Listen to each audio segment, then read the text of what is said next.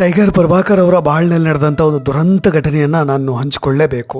Tiger Prabhakar ಅವರು football player ಆಗಿದ್ದರು, ಒಳ್ಳೆ ಜಿಮ್ ಮಾಡ್ತಾಯಿದ್ರು, ಕ್ರೀಡೆಯಲ್ಲಿ ಆ್ಯಕ್ಟಿವ್ ಆಗಿದ್ದರು. ಅಮ್ಮನ ಬಳಿ ಹಠ ಮಾಡಿ ಒಂದು ಬುಲೆಟ್ ಬೈಕನ್ನು ಕೊಂಡ್ಕೊಂಡ್ಬಿಟ್ಟಿದ್ರಂತೆ. ಜಿಮ್ ಮುಗಿಸಿ ಮನೆಗೆ ಬರೋ ವೇಳೆಯಲ್ಲಿ ಎದುರುಗಡೆ ಬರ್ತಾ ಇದ್ದಂಥ ಲಾರಿಗೆ ಅಪಘಾತವಾಗಿಬಿಡುತ್ತೆ. ಅದನ್ನು ತಪ್ಪಿಸ್ಲಿಕ್ಕೆ ಹೋಗಿ ಬೈಕ್ ಸಮೇತ ಮೋರಿ ಹೋಗಿ ಬೀಳ್ತಾರೆ.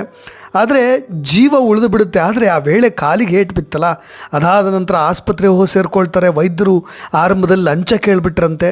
ಟೈಗರ್ ಪ್ರಭಾಕರ್ ಅವರು ನಾನು ಲಂಚ ಕೊಡೋದಿಲ್ಲ ಅಂತ ನೇರವಾಗಿ ತುಂಡವಾಗಿ ಹೇಳಿಬಿಡ್ತಾರೆ. ಅಷ್ಟರೊಳಗೆ ವೈದ್ಯರು ಏನೇನೋ ಮಾಡಿ ರಕ್ತನಾಳವನ್ನೇ ಕತ್ತರಿಸ್ಬಿಟ್ಟಿದ್ರಂತೆ. ಅವ್ರ ತಾಯಿ ವೈದ್ಯ ಆದ್ದರಿಂದ ಆ ಎಡವಟ್ಟು ಗೊತ್ತಾಗ್ಬಿಡುತ್ತೆ. ಆಪರೇಷನನ್ನು ಮಾಡಿಸಿ ಮನೆ ಕರೆದುಕೊಂಡು ಬರ್ತಾರೆ.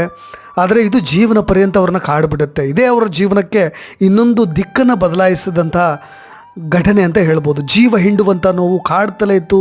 ಅದೇ ಗ್ಯಾಂಗ್ರೀನ್ ಆಗಿ ಅವ್ರ ಪ್ರಾಣವೇ ಹೋಗ್ಬಿಡ್ತು.